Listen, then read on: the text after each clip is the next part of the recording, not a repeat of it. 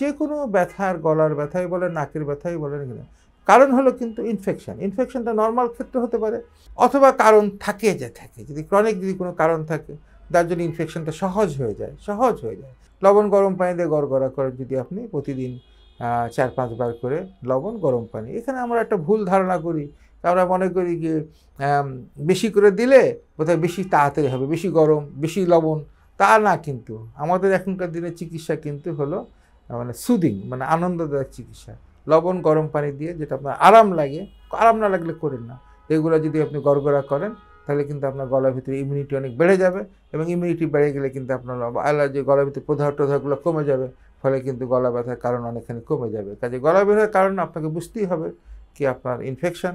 আরেকটা ইম্পর্টেন্ট কারণ আছে টনসিলাইটিস। গলা ব্যথার কারণ হলো কিন্তু ইনফেকশন। ইনফেকশনের কারণ হলো হয় নর্মাল গলাতে ইনফেকশন হতে পারে, অথবা গলার মধ্যে ক্রনিক যদি প্রদাহ থাকে, ফ্যারিঞ্জাইটিস, তাহলে ইনফেকশন হতে পারে বারবার করে। এবং তারপরে যদি আমরা লবণ গরম পানি দিয়ে গড়গড়া করি রেগুলার, তাহলে কিন্তু ঠান্ডা জাতীয় জিনিস অ্যাভয়েড করি, কুসুম গরম পানি খাই, তাহলে কিন্তু গলার ব্যথা অনেকখানি সরে যাবে। তারপরে ব্যথার জন্য ব্যথানাশক ওষুধ, যদি ইনফেকশন হয়ে থাকে তাহলে অ্যান্টিবায়োটিক, এগুলো তো আমরা খেতেই পারি।